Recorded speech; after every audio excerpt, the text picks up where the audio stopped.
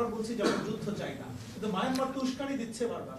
আমরা তো আক্রান্ত হলে সে আক্রমণের জবাব তো আমরা দেব। আমরা আমাদেরকে এত খাটো করে দেখি কেন? আমরাও প্রস্তুত। আমরা আক্রমণ করব না, কিন্তু আক্রান্ত হলে কি আমরা ছেড়ে দেব?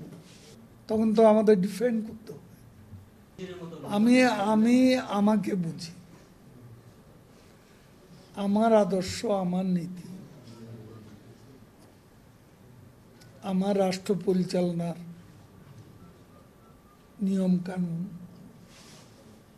আইন বিধি, এগুলো হচ্ছে আমার সংবিধান।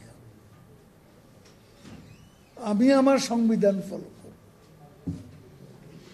সংবিধান অনুযায়ী চলব। এখন ডোনাল্ড লু সাহেব কি বললেন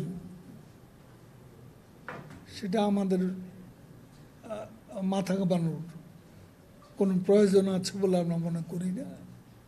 তারা তাদের দৃষ্টিকোণ থেকে কখনো প্রশংসা করবেন, কখনো নিন্দা করবেন, কোনো বিষয়কে প্রশংসার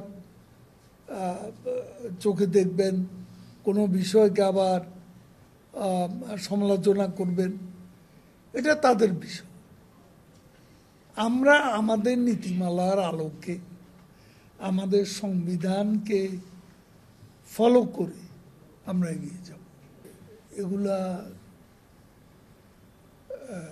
বাস্তবে কোনো কার্যকারিতা আমরা দেখতে পাচ্ছি না।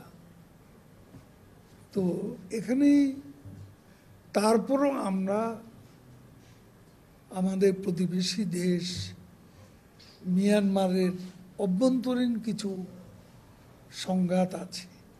ওখানে 54টা এথনিক কমিউনিটি,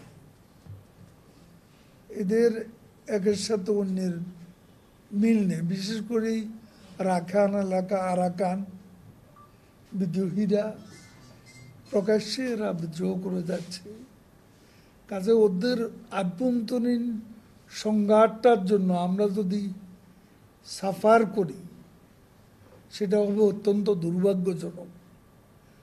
এমনি বর্তমানে যে সরকার, সেই সরকারের মিলিটারি গভর্নমেন্ট, তাদের সাথে আমাদের কোনো বৈরিতা নেই।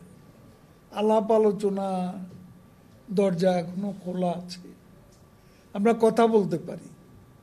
তো যতক্ষণ কথা বলা যাবে, আলাপ আলোচনা করা যাবে, যে আমাদের we are not in good terms, এমন পর্যায়ে না হলে আমরা আলাপ আলোচনার মাধ্যমে সমাধানের চেষ্টা করছি এবং করে যাব।